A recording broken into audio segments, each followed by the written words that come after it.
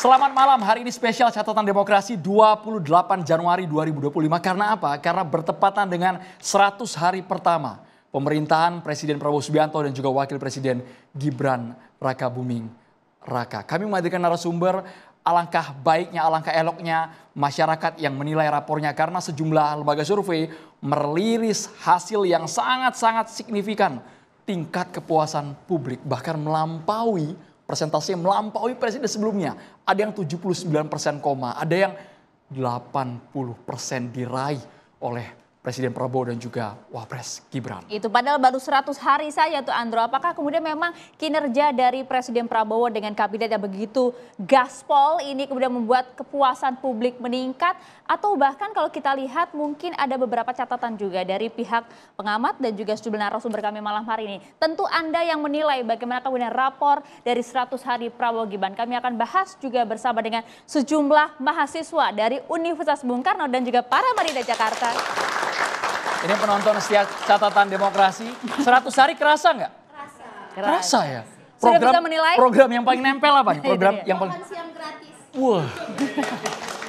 Paling hafal ya Maria ya.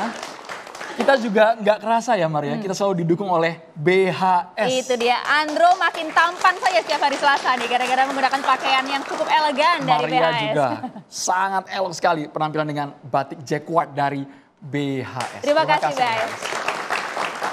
Tanpa berlama-lama, kalau gitu langsung saja kita perkenalkan satu persatu narasumber kami sudah hadir bersama dengan kami. Tentunya kita sapa politisi PSI, Bung Ande Armando. Selamat malam, Bung. Boleh disapa pemirsa kita, Bung. Selamat malam, Assalamualaikum. Selamat malam semua, Assalamualaikum warahmatullahi wabarakatuh. Waalaikumsalam warahmatullahi wabarakatuh. Karena ini 100 hari pertama Presiden Prabowo Gibran, boleh sekaligus mengenalkan narasumber. Kami ingin satu kata untuk pemerintahan Prabowo Gibran, Mas Adi. Alhamdulillah, sukses. Oke, itu dua kata. Mas, ya. Alhamdulillah atau suksesnya nih. Oke, kalau yang ini bagaimana ya? Ini kita sapa juga Wakil Ketua Umum Jokowi Mania, Bung Andi Aswan. Selamat malam. Selamat malam. Pertama-tama saya ingin mengucapkan Gong Sipa Choice untuk pemirsa TV One yang akan merayakan Tahun Baru Imlek besok. Oke. Dan satu kata untuk Itu dia. Kabinet Merah Putih. Top! Gaspol ya. Gaspol, kencang suaranya seperti kinerja ya katanya. Kalau ini bagaimana dengan pengamat politik BRIN, Prof. Siti Zuro. Selamat malam, Prof. Wiwi. Assalamualaikum. Waalaikumsalam warahmatullahi wabarakatuh. Satu Selamat kata, malam. Prof. Ada catatan. Catatan saya. Kemudian kami juga menghadirkan ini narasumber langganan TV One, juru bicara Kantor Komunikasi Kepresidenan Republik Indonesia, Mas Dede Prayudi. Sehat Mas Dede? Alhamdulillah sehat, selamat malam semuanya. Assalamualaikum warahmatullahi wabarakatuh. Satu kata ya? Satu kata. Grande. Satu paragraf. Grande. Grande.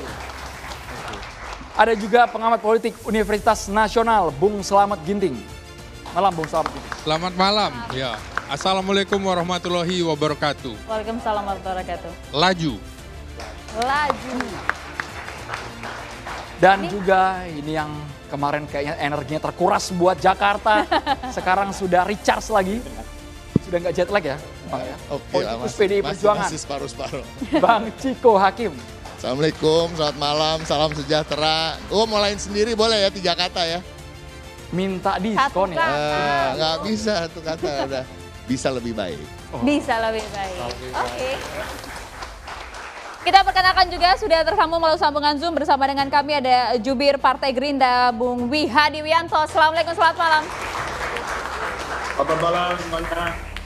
Satu kata boleh Bang meskipun dari Zoom? Mantap. Mantap. Mantap lo ya. Mantap langsung di akhir tuh. Jangan mantap. diplesetin mantap, jangan makan tabungan. Bukan. Beda arti, itu beda arti ya. Kita boleh ke Bang Ciko Hakim terlebih dahulu. Dari PDI Perjuangan melihat bagaimana 100 hari pertama pemerintahan Prabowo Gibran. Puas dari PDIP? So far so good ya. Tapi pada prinsipnya kalau bicara soal puas, saya melihat beberapa hasil survei. Dan kita harus akui bahwa bahkan para pemilih Mas Ganjar dan Prof Mahfud itu 75% katanya mengatakan puas. Itu dia. Ya, tapi kan pada prinsipnya dalam 100 hari ini belum bisa ada yang betul-betul terukur. keberhasilan itu. Kita jujur aja. Jadi yang dinilai rasa-rasanya lebih ke suasana politik, stabilitas, itu yang dirasakan oleh masyarakat dan itu yang tercermin mungkin di survei-survei tersebut. Tapi ini kan ada andil PDI Perjuangan yang nggak mengganggu pemerintahan ini sejak awal kan gitu ya. Artinya iya, artinya suasana kondusif, stabilitas politik ini juga karena memang semua partai, baik itu teman-teman Kim dan Kim Plus yang berada di dalam pemerintahan atau di dalam kabinet, juga PDI Perjuangan yang tentunya memberikan kesempatan untuk Pak Prabowo bagaimana untuk bisa membenahi apa-apa yang buruk yang ditinggalkan yang lalu, yang baik kemudian dilanjutkan. Dan dalam 100 hari ini kita betul-betul mendukung hampir semua kebijakan maupun apa-apa yang sudah dicanangkan dan ingin dieksekusi oleh Pak Prabowo. Tentu ada catatan di sana sini gitu ya, tapi untuk 100 hari ini terlalu dini untuk kemudian memberikan kritik yang keras gitu. Dan kalau kita bicara soal kontroversi, saya rasa masyarakat juga sudah cerdas, banyak kontroversi atau hal-hal kasus-kasus yang terjadi yang muncul ke permukaan di 100 hari pemerintahan ini adalah warisan dari yang lalu. Misalnya ada kasus korupsi nikel gitu ya, Harvey Muiz lah kita sebut.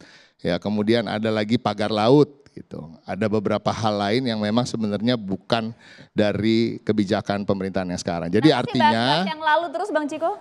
Enggak, kita kan harus gini. Karena 100 hari ini agak susah untuk mengukur, jadi apa-apa yang buruk pun sebenarnya belum bisa juga dilakukan oleh pemerintahan yang ini.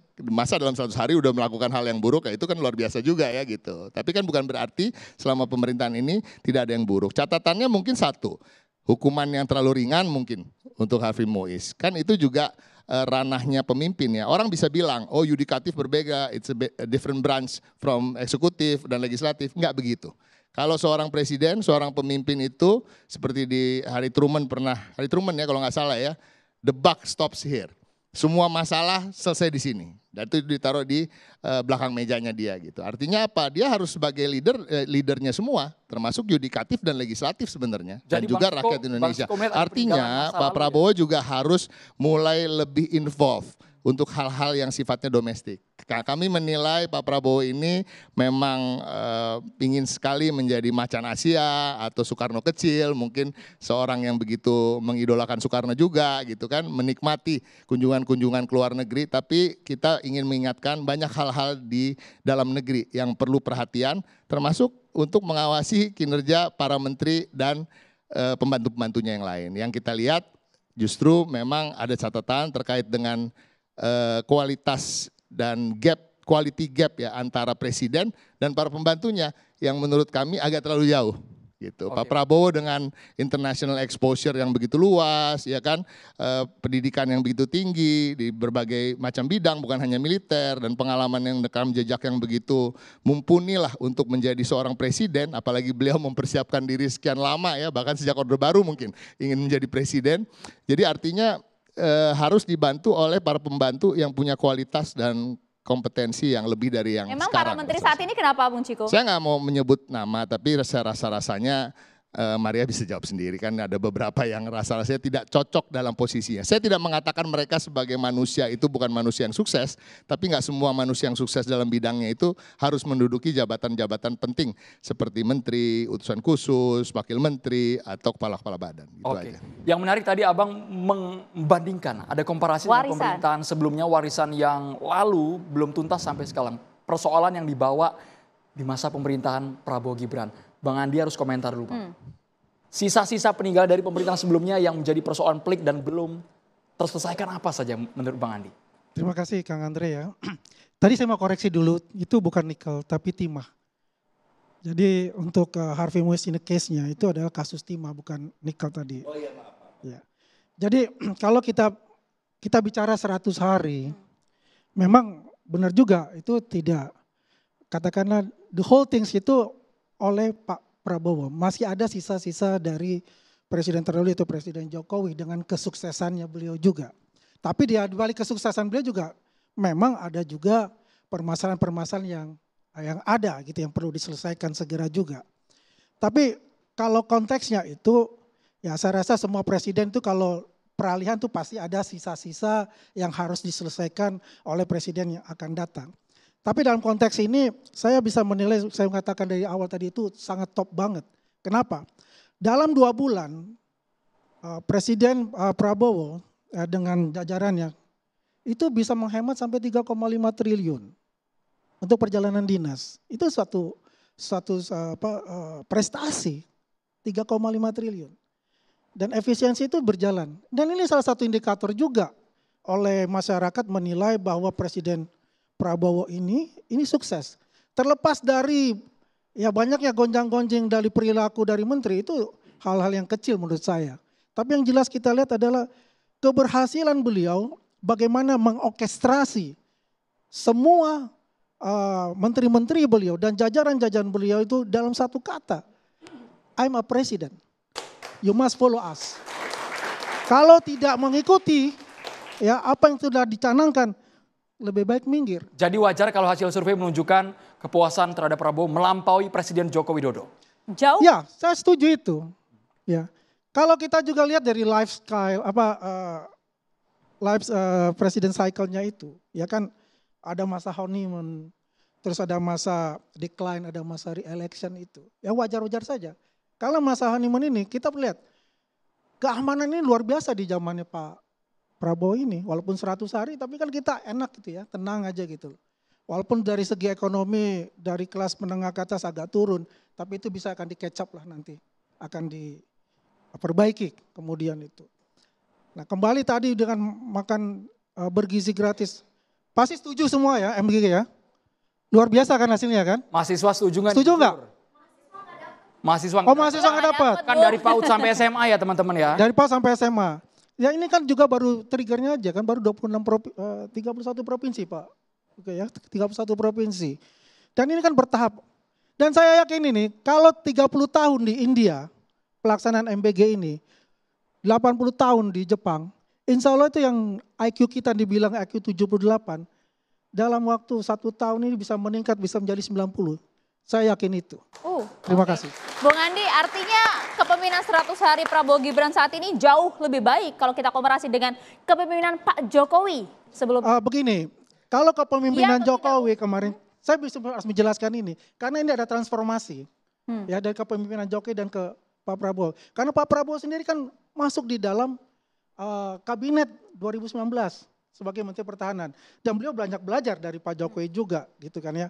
Dan kita akui kepuasan masyarakat ini 80% melebihi dari SBY, melebihi dari Jokowi. Meskipun di mata Jokowi mania juga seperti itu, sama hasil? Ya sama, kita kan fair aja kita lihat dari situ. Itu hasil survei dari pilihan masyarakat. Baik, kita ke Bang Slamet Ginting. 100 hari pertama ini apakah, kalau kata Bang Ciko kan ini terlalu dini kalau kritiknya keras, kencang.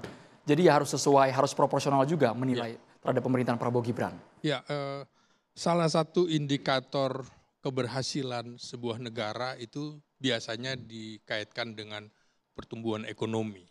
Ya, apa yang dikemukakan Presiden Prabowo dengan target 8% itu, apakah itu bukan target yang sangat ambisius? Karena kalau kita lihat sebelumnya di era terakhir Jokowi terjadi deflasi dari bulan Mei sampai bulan September, dan itu juga menyebabkan 80.000 orang kehilangan lapangan pekerjaan. Jadi ini sebuah indikasi berat, apalagi dalam sejarah reformasi Indonesia, itu pertumbuhan ekonomi paling tinggi itu hanya ada pada titik 6,3% di tahun 2007 eranya Presiden SBY. Sementara era Presiden Jokowi yang katanya 10 tahun akan meroket, ternyata nyungsep gitu. Poinnya di angka 5%. Nah itu menjadi catatan. Kemudian memang di dalam transisi kepemimpinan nasional kita, ini relatif yang paling mulus ya. Dari Jokowi kepada Presiden Prabowo. Tapi ada catatan tentunya. Jangan sampai kemudian kekurangan-kekurangan dari Presiden Jokowi itu jadi melekat di eranya Prabowo Subianto. Maka persepsi publik juga di 3 bulan ini adalah mengapa Presiden Prabowo belum bisa melepas bayang-bayang Jokowi. Meskipun tingkat kepuasan 80% kok. Persis. Nah itu kan belum bisa jadi indikator di dalam 3 bulan atau 100 hari. Nah memang program-program populis yang dulu dilakukan Jokowi itu juga disukai oleh masyarakat. Maka program makan bergizi gratis yang ini menjadi program populis dan juga didukung banyak pihak, saya kira harus juga dilanjutkan, cuma memang beberapa kritiknya, apakah dananya cukup untuk 5 tahun? Karena program ini kan baru untuk 1 tahun, dan itu membutuhkan dana APBN yang luar biasa untuk menutup ini sekitar, kalau nggak salah sekitar 300 triliun. Nah ini belum sampai di Indonesia Timur. Kalau angkanya 10.000 dan bicara nasi, maka kita harus lihat juga makanan pokok orang Indonesia tidak semuanya nasi. Misalnya di Indonesia Timur, sagu gitu ya, termasuk di Papua. Nah, orang Papua tidak cukup hanya gizi saja, tapi dia juga harus kenyang. Saya beberapa kali misalnya ke wilayah komunitas adat terpencil, di Karowe misalnya, Mapi. Nah itu harus makannya hanya 1 hari sekali.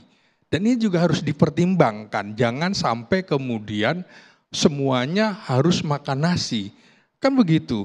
Kemudian juga persoalannya lagi adalah bagaimana kedaulatan pangan yang digaungkan Prabowo tentu menarik, apalagi yang kemudian dilakukan penanaman itu di Merauke.